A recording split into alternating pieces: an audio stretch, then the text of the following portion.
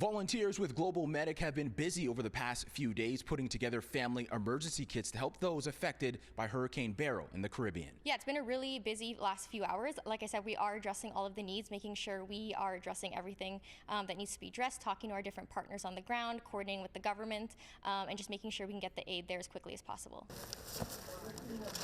As Caribbean nations work to rebuild after Beryl swept through the region, back here at home, volunteers from GlobalMedic are putting together family emergency kits to help people in need. These are a holistic kit that are designed to help solve multiple problems that families face. So we've got a water purification unit in there. It's going to make sure families have access to clean drinking water, which after a disaster is so key. We don't want people getting sick. We want to make sure that they can have access to it in their homes, and we want to keep people out of hospitals wherever possible. There are hundreds of these kits being prepared to be shipped out to the Caribbean. On top of the water purification units, there are also hygiene products and solar lights. Volunteers are also working hard to ship food that the people in the Caribbean are familiar with. Food is an extremely personal and cultural experience, and whether someone's experiencing food insecurity here in Canada or because they've experienced an emergency like a hurricane, they deserve to have access to food that fits within their diets, and that's actually part of the definition of food security. It's not just having access to food, it's having access to appropriate food items.